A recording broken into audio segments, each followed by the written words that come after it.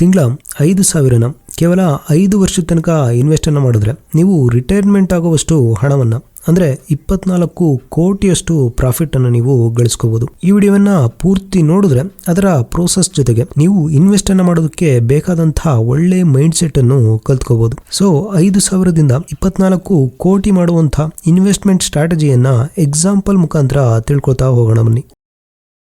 ಆಕಾಶ್ ಮತ್ತೆ ಭಾವನಾ ಅಂತ ಹೇಳ್ಬಿಟ್ಟು ಇಬ್ರು ಸ್ನೇಹಿತರಿರ್ತಾರೆ. ಅವರು ಒಂದೇ ಕಾಲೇಜ್ನಲ್ಲಿ ಓದಿ ಗ್ರಾಜುಯೇಟ್ ಆಗಿ ಕೆಲಸಕ್ಕೆ ಸೇರ್ಕೊಂಡಿರ್ತಾರೆ. ಅವರ ಸ್ಟಾರ್ಟಿಂಗ್ ಸ್ಯಾಲರಿ ಬಂದ್ಬಿಟ್ಟು 25,000 ಇರುತ್ತೆ. ಸೇಮ್ ಜಾಬು ಮತ್ತೆ ಸೇಮ್ ಸ್ಯಾಲರಿಯನ್ನ ತಗೋತಾ ಇರ್ತಾರೆ. ಆದ್ರೆ ಭಾವನಾ ಅವ್ರಿಗೆ ಹೆಚ್ಚು ಶಾಪಿಂಗ್ ಮಾಡೋದು ಅಂದ್ರೆ ತುಂಬಾನೇ ಇಷ್ಟ. ಇವರು ಯಾವುದೇ ರೀತಿಯಾದಂತಹ ಇನ್ವೆಸ್ಟ್ ಅನ್ನ ಮಾಡೋದು ಅಥವಾ ಸೇವಿಂಗ್ಸ್ ಅನ್ನ ಮಾಡೋದು ಯಾವುದನ್ನು ಗೊತ್ತಿರಲ್ಲ ಅಥವಾ ಇಷ್ಟ ಇರಲ್ಲ. ದುಡ್ಡಿರೋದನ್ನೇ ಖರ್ಚು ಮಾಡೋದಕ್ಕೆ, ಲೈಫ್ ಅನ್ನ ಎಂಜಾಯ್ ಮಾಡೋದಕ್ಕೆ ಅನ್ನೋದು ಇವರ ಮೈಂಡ್ ಸೆಟ್ ಆಗಿರುತ್ತೆ. ಆದ್ರೆ ಆಕಾಶ್ ಇದರ ಆಪೋಸಿಟ್ ಮೈಂಡ್ ಸೆಟ್ ಇರುವಂತಹ ವ್ಯಕ್ತಿ ಆಗಿರ್ತಾನೆ. ಈತ ಸೇವಿಂಗ್ಸ್ ಬಗ್ಗೆ, ಇನ್ವೆಸ್ಟ್ಮೆಂಟ್ ಬಗ್ಗೆ ತುಂಬಾನೇ ಇಂಟ್ರೆಸ್ಟ್ ಅನ್ನ ಹೊಂದಿರ್ತಾನೆ. ಇವುಗಳಿಂದನೇ ನಿಜವಾಗ್ಲೂ ಫ್ರೀಡಮ್ ನಮಗೆ ಸಿಗುವಂತದ್ದು, ನಿಜವಾದ ಎಂಜಾಯ್ಮೆಂಟ್ ಅನ್ನ ಮಾಡೋದಕ್ಕೆ ಸಾಧ್ಯ ಆಗಿರುವಂತದ್ದು ಅನ್ನೋದು ಇವನ ಮೈಂಡ್ ಸೆಟ್. ಒಂದು ದಿನ ಇವನು ಇನ್ವೆಸ್ಟ್ಮೆಂಟ್ ಬಗ್ಗೆ ಸರ್ಚ್ ಮಾಡಬೇಕಾದ್ರೆ 50-30-20 ರೂಲ್ ಅನ್ನುವಂತಹ ಒಂದು ವಿಡಿಯೋವನ್ನ ನೋಡ್ತಾನೆ. ಇಲ್ಲಿ ಇವನಿಗೆ ಗೊತ್ತಾಗುವಂತದ್ದು ಅವಶ್ಯಕತೆ ಇರುವಂತಹ ಖರ್ಚುಗಳಿಗೆ, ಅಂದ್ರೆ ಈ ಖರ್ಚುಗಳನ್ನ ನಾವು ತಪ್ಪಿಸೋದಕ್ಕೆ ಆಗೋದೇ ಇಲ್ಲ ಅನ್ನುವಂತಹ ಖರ್ಚುಗಳಿಗೆ ತನ್ನ ಸ್ಯಾಲರಿಯ 50% ಅಂದ್ರೆ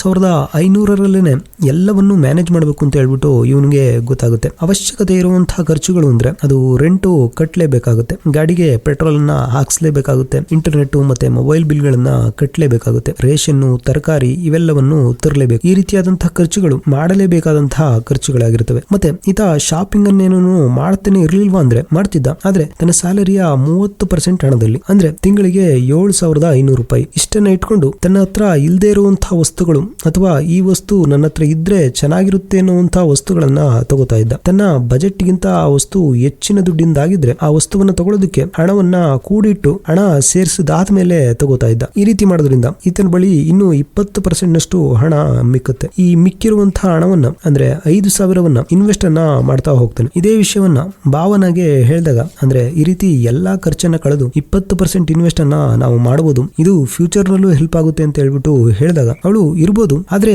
ಆ ರೀತಿ ದುಡ್ಡನ್ನು ಇನ್ವೆಸ್ಟ್ ಮಾಡ್ಬಿಟ್ರೆ ನಮ್ಮ ಹತ್ರ ಜಾಸ್ತಿ ಹಣ ಉಳಿಯಲ್ಲ, ಇದರಿಂದ ಲೈಫ್ ಅನ್ನ ಎಂಜಾಯ್ ಮಾಡೋದಕ್ಕೆ ಕಷ್ಟ ಆಗುತ್ತೆ ಅಂತ ಹೇಳ್ಬಿಟ್ಟು ಈ ಇನ್ವೆಸ್ಟ್ಮೆಂಟ್ ಬಗ್ಗೆ ಅಷ್ಟು ಇಂಟ್ರೆಸ್ಟ್ ಅನ್ನ ತೋರಿಸಲ್ಲ. ಹೀಗೆ ಒಂದು 3 ವರ್ಷನೇ ಕಳೀತಾ ಬರುತ್ತೆ. ಭಾವನಾ ಮತ್ತೆ ಆಕಾಶ್ ಮಾಮೂಲಿಯಾಗಿ ಮಾತಾಡ್ಬೇಕಾದ್ರೆ ಆಕಾಶ್ನ ಇನ್ವೆಸ್ಟಿಂಗ್ ಪೋರ್ಟ್ಫೋಲಿಯೋನ ನೋಡ್ತಾಳೆ. ಅವಾಗ ಭಾವನಾಗೆ ಗೊತ್ತಾಗುತ್ತೆ ಈತ 3 ವರ್ಷದಿಂದ ಇನ್ವೆಸ್ಟ್ ಅನ್ನ ಮಾಡಿರುವಂತದ್ದು 1,80,000, ಅದಕ್ಕೆ 48,000 ರೂಪಾಯಿ ರಿಟರ್ನ್ ಬಂದಿದೆ. ಟೋಟಲ್ 2,28,000 ರೂಪಾಯಿ ಸೇವ್ ಆಗಿದೆ ಅಂತ ಹೇಳ್ಬಿಟ್ಟು, ಅಂದ್ರೆ 15% ರಿಟರ್ನ್ ಈತನಿಗೆ ಬರ್ತಾ ಇದೆ. ಅದು ಏನು ಕೆಲಸ ಮಾಡದಲೇನೆ ಅಂತ ಹೇಳ್ಬಿಟ್ಟು. ಇದ್ರ ಜೊತೆಗೆ ಇವಾಗ ಇವರ ಸ್ಯಾಲರಿನೂ ಸ್ವಲ್ಪ ಜಾಸ್ತಿ ಆಗಿರುತ್ತೆ. ಇದರಿಂದ ಈತ ತನ್ನ ವಾಂಟ್ಸ್ ಏನಿರುತ್ತಲ್ಲ, ಅಂದ್ರೆ 30% ಖರ್ಚು ಏನ್ ಮಾಡ್ತಿದ್ನಲ್ಲ ಅದನ್ನು ಹೆಚ್ಚು ಖರ್ಚು ಮಾಡೋದಕ್ಕೆ ಶುರು ಮಾಡ್ತಾನೆ. ಬರೀ 5,000ವನ್ನೇ ಮಾತ್ರನೇ ಇನ್ವೆಸ್ಟ್ ಅನ್ನ ಮಾಡ್ತಾ ಹೋಗ್ತಾನೆ. ಖುಷಿಯಾಗಿ ಮತ್ತೆ ಈಸಿಯಾಗಿನೇ ಈ 5,000ವನ್ನ ಉಳಿಸ್ತಾ ಇರ್ತಾನೆ, ಜೊತೆಗೆ ಅದನ್ನ ಬೆಳೆಸ್ತಾನೂ ಇರ್ತಾನೆ. ಈಗ ಭಾವನಾನು ನಾನು ಇನ್ವೆಸ್ಟ್ ಅನ್ನ ಮಾಡ್ತೀನಿ ಅಂತ ಹೇಳ್ಬಿಟ್ಟು ಇನ್ವೆಸ್ಟ್ ಮಾಡೋದಕ್ಕೆ ಹೆಲ್ಪ್ ಅನ್ನ ಕೇಳ್ತಾಳೆ. ಫಸ್ಟ್ ಸ್ವಲ್ಪ ಕಷ್ಟನೇ ಆಗುತ್ತೆ, ಎಲ್ಲೆಲ್ಲಿ ಖರ್ಚು ಆಗ್ತಾ ಇದೆ ಅಂತ ಹೇಳ್ಬಿಟ್ಟು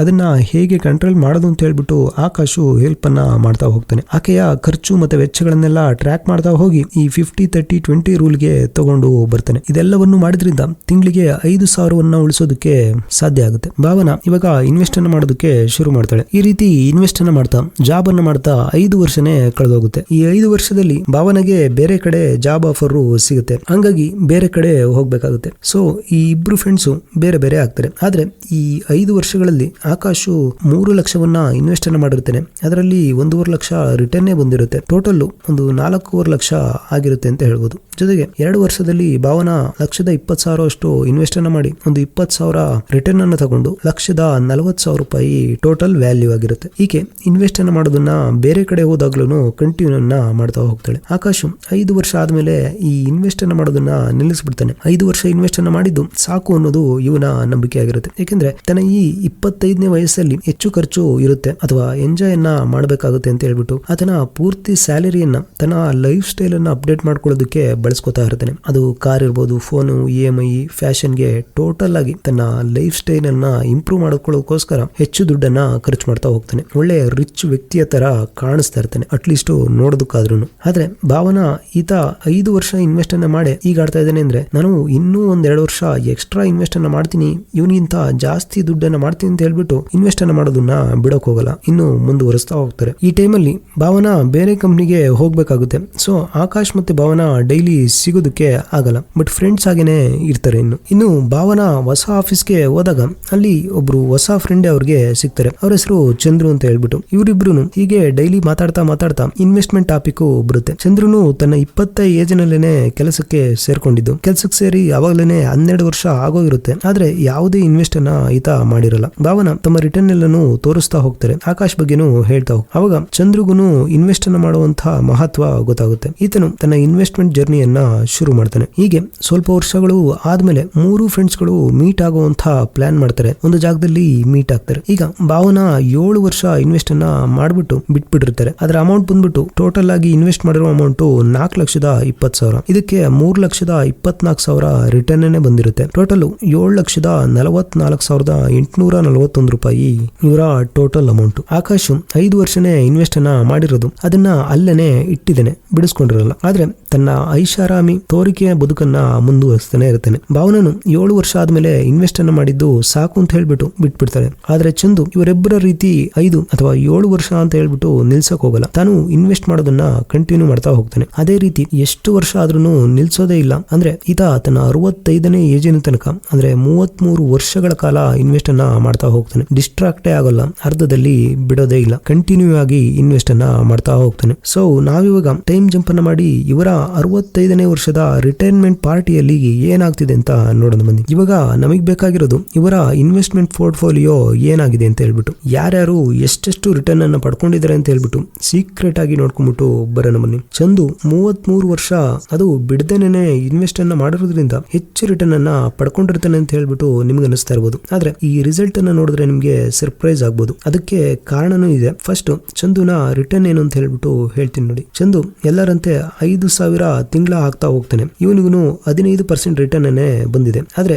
ಈತ 33 ವರ್ಷದ ತನಕ ಆಗ್ತಾ ಹೋಗಿದ್ದಾನೆ. ಸೊ ಈತ ಟೋಟಲ್ ಇನ್ವೆಸ್ಟ್ ಮಾಡಿರೋದು 19,80,000 ರೂಪಾಯಿ. ಆದ್ರೆ ಇವನಿಗೆ ರಿಟರ್ನ್ ಬಂದಿರೋದು 5,30,63,225 ರೂಪಾಯಿ. ಇವೆರಡು ಸೇರಿದ್ರೆ 5,50,43,225 ರೂಪಾಯಿ. ಒಳ್ಳೆ ರಿಟರ್ನ್ ಅಂತಾನೆ ಹೇಳ್ಬೋದು. ಇವಾಗ ಇನ್ನಿಬ್ಬರ ರಿಟರ್ನ್ ಅನ್ನ ನೋಡೋಣ. ಭಾವನಾ ಅವರು ಸೇಮ್ 5,000 ಇನ್ವೆಸ್ಟ್ ಅನ್ನ ಮಾಡಿದ್ರೆ 15% ರಿಟರ್ನ್ ಇವ್ರಿಗೂ ಬಂದಿದೆ. ಆದ್ರೆ ಇವರು ಇನ್ವೆಸ್ಟ್ ಮಾಡಿದ್ದು 7 ವರ್ಷ. ಸೊ ಇವರ ಟೋಟಲ್ ಇನ್ವೆಸ್ಟ್ಮೆಂಟ್ ಬಂದ್ಬಿಟ್ಟು 4,20,000 ಆಗುತ್ತೆ. ಇದಕ್ಕೆ ರಿಟರ್ನ್ 3,24,841 ರೂಪಾಯಿ. ಟೋಟಲ್ 7,44,841 ರೂಪಾಯಿ. ಆದ್ರೆ ಭಾವನಾ ಈ ಅಮೌಂಟ್ ಅನ್ನ ಬಿಡಿಸ್ಕೊಂಡಲೇನೆ ಈ ಅಮೌಂಟ್ ಕಾಂಪೌಂಡ್ ಆಗ್ಲಿ ಅಂತ ಹೇಳ್ಬಿಟ್ಟು ನನ್ನ ರಿಟೈರ್ಮೆಂಟ್ ಗೆ ಇದನ್ನ ತಗೋತೀನಿ ಅಂತ ಹೇಳ್ಬಿಟ್ಟು ಅಲ್ಲೇನೆ ಬಿಟ್ಟಿರ್ತಾರೆ. ಈ ಅಮೌಂಟ್ ಅನ್ನ ಬಿಡಿಸಿರಲ್ಲ. ಸೊ ಇದರಿಂದ 35 ವರ್ಷದ ತನಕ ಈ ಅಮೌಂಟ್ ಕಾಂಪೌಂಡ್ ಆಗುತ್ತೆ. ಸೊ 35 ವರ್ಷಕ್ಕೆ 7,44,841 ರೂಪಾಯಿಗೆ ರಿಟರ್ನ್ ಬಂದ್ಬಿಟ್ಟು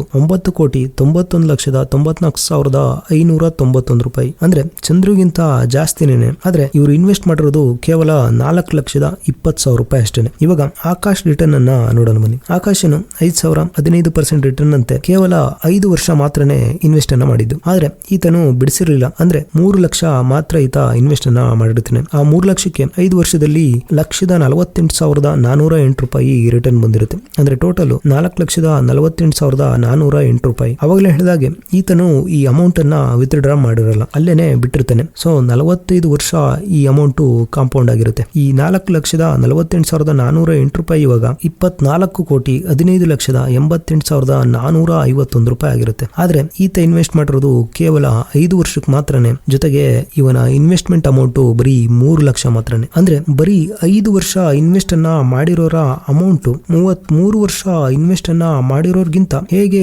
ಜಾಸ್ತಿ ಆಯ್ತು ಅಂದ್ರೆ ಅದಕ್ಕೆ ಕಾರಣ 2 ಇದಾವೆ. ಒಂದು, ಅರ್ಲಿ ಆಗಿ ಇನ್ವೆಸ್ಟ್ ಅನ್ನ ಸ್ಟಾರ್ಟ್ ಮಾಡುವಂಥದ್ದು. ಎರಡನೇದು, ಆ ಅಮೌಂಟ್ ಹೆಚ್ಚು ಕಾಲ ಕಾಂಪೌಂಡ್ ಆಗೋದಕ್ಕೆ ಅಲ್ಲೇನೆ ಬಿಡುವಂಥದ್ದು. ಇಲ್ಲಿ ನಾವು ಇನ್ಫ್ಲೇಷನ್ ಅನ್ನು ಕಳೆದ್ರೂ ಇನ್ನೂ ಹೆಚ್ಚಿನ ಅಮೌಂಟ್ನೇ ನಿಮಗೆ ಉಳ್ಕೊಳ್ಳುತ್ತೆ. ಸೊ ನೀವು ಪೇಷನ್ಸ್ ಆಗಿರೋದು ತುಂಬಾನೇ ಮುಖ್ಯ ಆಗಿರುತ್ತೆ. ನಿಮ್ಗೆ ಗೊತ್ತಿರಬಹುದು, ವಾರೆನ್ ಬಫೆಟ್ ಅವರು ತನ್ನ 11ನೇ ಏಜ್ ಅಲ್ಲೇನೆ ಇನ್ವೆಸ್ಟ್ ಅನ್ನ ಮಾಡೋದಕ್ಕೆ ಶುರು ಮಾಡಿದ್ದಾರೆ. ಇವರ ವೆಲ್ತ್ನು ಹೀಗೇನೆ ಕಡಿಮೆಯಿಂದ ಶುರುವಾಗಿ ಏಜ್ ಆಗ್ತಾ ಆಗ್ತಾ ಕಾಂಪೌಂಡ್ ಆಗಿ ಬೆಳೀತಾ ಹೋಗಿದೆ. ಇದರಿಂದನೇ ಇವರು ಅಷ್ಟು ಶ್ರೀಮಂತ ಆಗಿರೋಕೆ ಸಾಧ್ಯ ಆಗಿದೆ.